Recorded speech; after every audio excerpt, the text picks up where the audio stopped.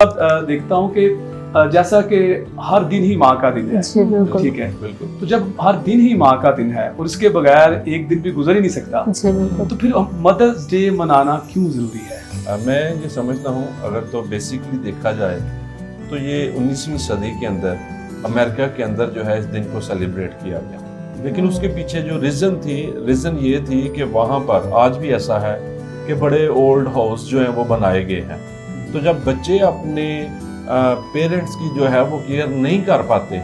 तो फिर उनको वो ओल्ड हाउस छोड़ के आते हैं। और ऐसा देखा गया कि जब उनको ओल्ड हाउस में छोड़ के आए हैं तो फिर उसके बाद वो भूल गए हैं कि हमारी माँ भी है। तो वहाँ की फिर मेरे नज़दीक जो है बात, वहाँ की जो गवर्नमेंट थी उसने फिर इस बात का डिसीजन लिया कि हमें एक दिन जो है वो मदर डे के नाम से सेलिब्रेट करना चाहिए, ताकि जितने भी बच्चे हैं वो आकर अपनी माँओं को मिल सकें और वो इस बात को याद कर सकें कि हमारी माँ है। लेकिन चूंकि हम इस कल्चर में रहते हैं, और मैं इस बात के लिए खुदा का शुक्र अदा करता हूँ कि हम लोग जो हैं या हमारे कल्चर के अंदर ऐसी बात नहीं है। हम बच्चे जो हैं वो अपने पेरेंट्स को समझते हैं, उनकी रिस्पेक्ट करते हैं, और जैसा कैसा भी है हम उनको अपने घर के अंदर जो है वो अकोमोडेट करते हैं। तो मैं समझता हूँ कि ये हम जो बच्चे हैं, ठीक है, या हमारे बच्चे जो हैं उनको ये बात याद करवाई जाए कि अपने पेरेंट्स की जो है, अपनी माँ की रिस्पेक्ट जो है वो जो है वो करना बड़ा ज़रूरी है।